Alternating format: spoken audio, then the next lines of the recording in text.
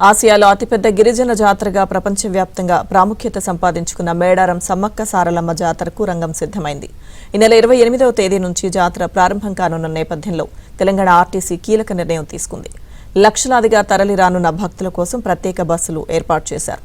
ప్రయాణికులకు ఇబ్బందులు లేకుండా రాష్ట్రం నలుమూలల నుంచి 4000 ప్రత్యేక బస్సులను ఏర్పాటు చేశామని చెప్తున్న రవాణా శాఖ మంత్రి పొన్నం ప్రభాకర్తో మా ప్రతినిధి Numan face to face.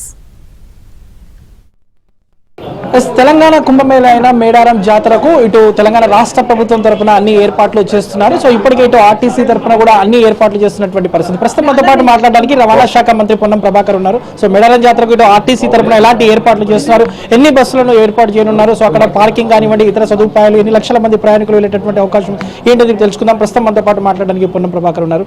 So చెప్పండి, మేడారం జాతరకు సంబంధించి ఆర్టీసీ తరఫున ఎలాంటి ఏర్పాట్లు ఉన్నాయి? మేడారం జాతరకు సంబంధించి ఎప్పుడు కూడా ఆర్టీసీ ఒక కీలక పాత్ర.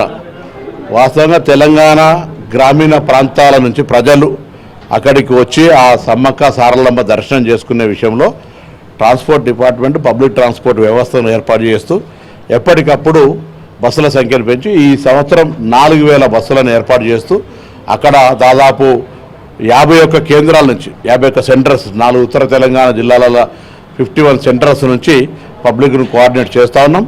అక్కడ కూడా ఒక 50 ఎకరాల స్థలంలో పార్కింగ్ కానీ, ఒక 9 కిలోమీటర్ల పేర ఒక క్యూ లైన్ ఏర్పాటు చేయడం కానీ, ఇన్స్టెంట్గా టికెటింగ్ అక్కడ ఇస్తే ఇక్కడ బస్సు ఎక్కడంలో జాప్యంలో ట్రాఫిక్ ఇబ్బంది లేకుండా పబ్లిక్ టికెట్ కొరకు వెయిట్ చేయడము, మళ్ళీ బస్సు ఎక్కడం ఇబ్బంది అటువంటివి లేకుండా మేనేజ్మెంట్ అంతా కూడా ఎక్స్పీరియన్స్ ఉంది కాబట్టి దానికి అన్ని రకాల గ్రౌండ్ లెవెల్ నుంచి టాప్ టు ఎండీ లెవెల్ దాకా రివ్యూ చేసినాం.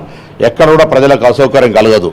ఇందులో తెలంగాణ ప్రజాపాలన ఏర్పడ్డ 48 గంటల్లో ఏ విధంగానైతే ఉచితంగా మహిళలకు బస్సు సౌకర్యం ఇచ్చినామో సమ్మక్క సారలమ్మ దగ్గర కూడా తెలంగాణ మహిళలందరూ వచ్చి ఉచితంగా బస్ ప్రయాణం చేసి అమ్మల ఆశీర్వచనం తీసుకొని పోయేటువంటి అవకాశాన్ని ఇప్పుడు కూడా కలుగజేస్తా ఉన్నాం. మహాలక్ష్మి పథకం కానీ ఈ బస్సులకు సంబంధించి కొంత సాధారణంగానే రద్దీ ఎక్కువగా ఉంటుంది. సో ఆ ఉచిత బస్సులు ఏమైనా అదనంగా ఏమైనా పెంచేటటువంటి అవకాశం ఉందా? ఉచిత బస్సులు ఆల్మోస్ట్ 90% ఉచిత బస్సులే. మహిళలకు సంబంధించి 90% ఉచిత బస్సులే.